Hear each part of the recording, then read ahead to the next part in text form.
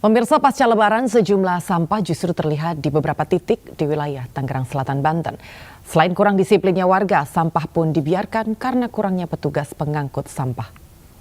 Assalamualaikum warahmatullahi wabarakatuh. Perkenalkan, nama saya Sabrina Natanaida dan rekan-rekan saya bernama Najwa Sabrina Misbah dan Andini Pratista. Kami dari SMA Negeri 1 Kaliwungu.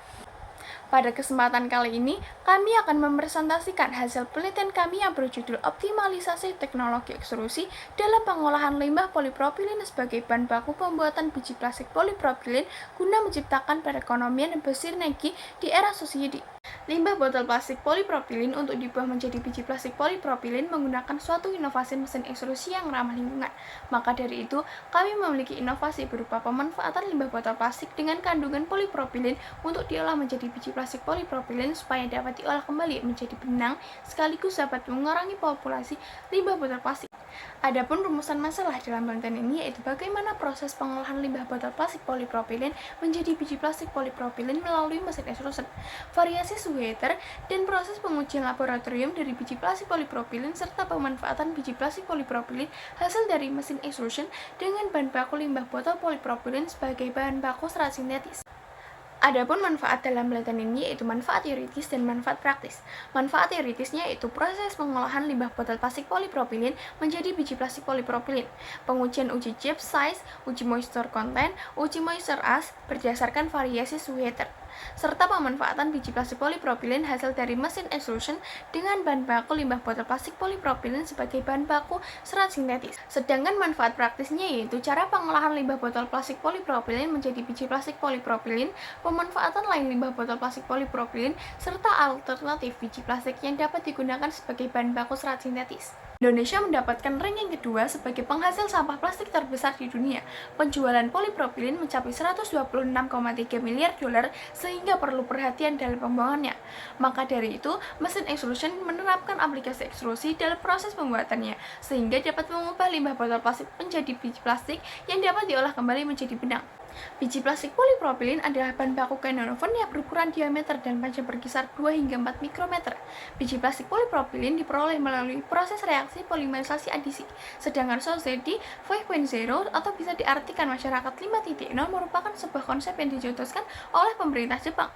Konsep Society 5.0 tidak hanya terbatas untuk faktor manufaktur, tetapi juga memecahkan masalah sosial dengan bantuan integrasi ruang fisik dan virtual. Penelitian ini dilakukan di SMA Negeri 1 Kaliwungu, Laboratorium Tekstil SMK Tekmaku Semarang, dan Bengkel Resi Putrajaya Kaliwungu. Adapun alat dan bahan yang dibutuhkan dalam penelitian ini yaitu mesin extrusion dan limbah botol plastik polipropilin. Adapun spesifikasi mesin extrusion kami yaitu dapat dilihat pada slide ini. Mesin extrusion yang digunakan memodifikasi mesin pembuatan biji plastik polipropilen pada industri tekstil, sehingga terdapat beberapa perbedaan, yaitu bahan baku. Dalam penelitian ini, peneliti menggunakan limbah botol plastik dengan kandungan polipropilen sebagai bahan baku menggantikan senyawa polipropilin yang digunakan pada industri tekstil. Kemudian, proses pembuatan dalam mesin extrusion terdiri dari proses pelelehan, pendinginan, dan pemotongan. Sementara pada industri tekstil terdapat proses slurry, eksterifikasi, polikondesi, dan casting, sehingga proses melalui mesin extrusion lebih singkat. Kemudian spesifikasi mesin extrusion yang digunakan terdapat bagian heater untuk melelehkan cacahan. Dalam heater, suhu pelelehan dapat disesuaikan dengan titik leleh. Skema mesin extrusion dapat dilihat dalam gambar berikut. Kemudian skema penelitian dimulai dari persiapan alat dan bahan, proses pelelehan, pendinginan, pemotongan, serta uji laboratorium sehingga didapatkan biji polipropilen dari mesin extrusion.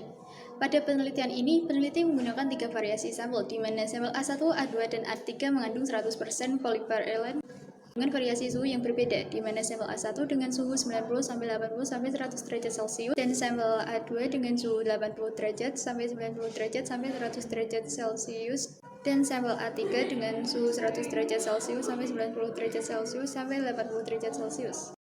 Adapun proses pembuatan dimulai dari pengumpulan alat dan bahan, kemudian dilakukan pembersihan limbah plastik polipropilen dan pencacahan limbah plastik polipropilen. Kemudian pada mesin extrusion dilakukan proses pelelehan, pemotongan, dan pendinginan limbah plastik polipropilen. Berikut adalah proses pembuatannya.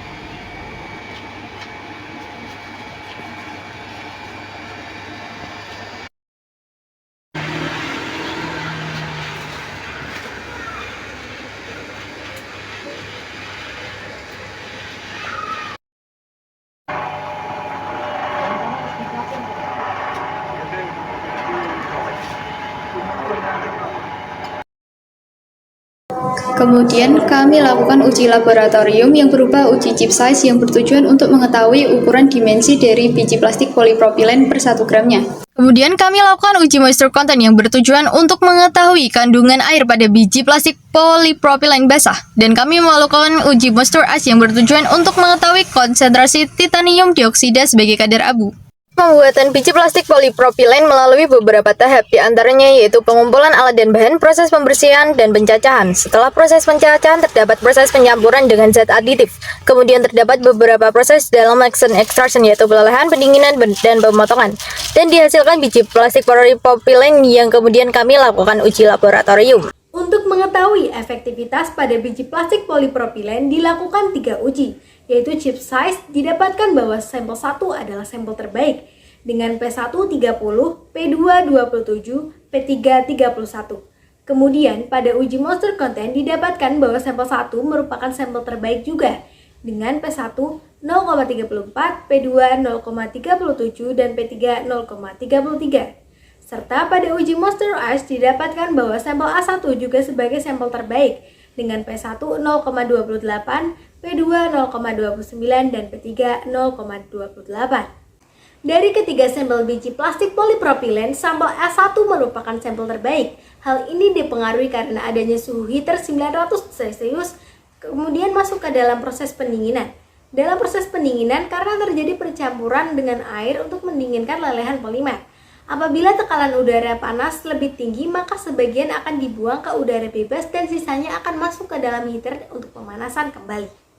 Perbedaan dimensi dari biji plastik polipropilen disebabkan karena perbedaan kecepatan dalam mesin cutting yang menyebabkan ukuran dimensinya berbeda-beda. Besar kecilnya dipengaruhi oleh RPM dalam mesin cutting. RPM atau revolution per minute adalah satuan yang digunakan untuk menentukan perputaran suatu mesin. RPM yang digunakan dalam proses cutting adalah sebesar 1:80 atau setara 1 kali putaran dalam 800. Pengurangan moisture ice pada biji plastik polipropilen dilakukan dengan cara dihembuskan udara tekan yang sudah dipanaskan di heater. Setelah udara digunakan untuk memanaskan, maka temperaturnya akan berkurang dan dimungkinkan mengandung debu atau ash. Debu juga dapat berasal dari pengelupasan permukaan yang dipanaskan menjadi berbentuk kristal. Untuk mengetahui kelayakan biji plastik polipropilen, kami membandingkan dengan standar, di mana sampel A1 sebagai sampel terbaik dengan chip size 30 dan standarnya 34. Moisture content 0,34 dengan standarnya 0,3. Kemudian moisture ice 0,28 dan standarnya 0,35. Adapun simpulan dalam penelitian ini yaitu proses pembuatan limbah botol plastik PP menjadi plastik polipropilen tahapannya yaitu proses pengumpulan alat dan bahan, proses pencacahan, proses pelelehan, proses pendinginan, proses pemotongan, dan proses uji laboratorium. Proses pengujian melalui beberapa proses yaitu uji chip size, uji moisture content, serta uji moisture ice. Sehingga biji plastik yang dihasilkan sudah melalui tahapan uji dan mendekati standar uji. Oleh karena itu, dapat digunakan sebagai bahan baku pembuatan benang bagi industri tekstil. Untuk keberlangsungan produk kami, maka rekomendasi dari penelitian ini yaitu penambahan variasi sampel, kemudian sosialisasi kepada masyarakat, sehingga dapat memproduksi biji plastik dengan menunjang bahan baku yang melimpah di lingkungan. Berikut adalah referensi yang kami gunakan dalam penelitian ini. Terima kasih. Wassalamualaikum warahmatullahi wabarakatuh.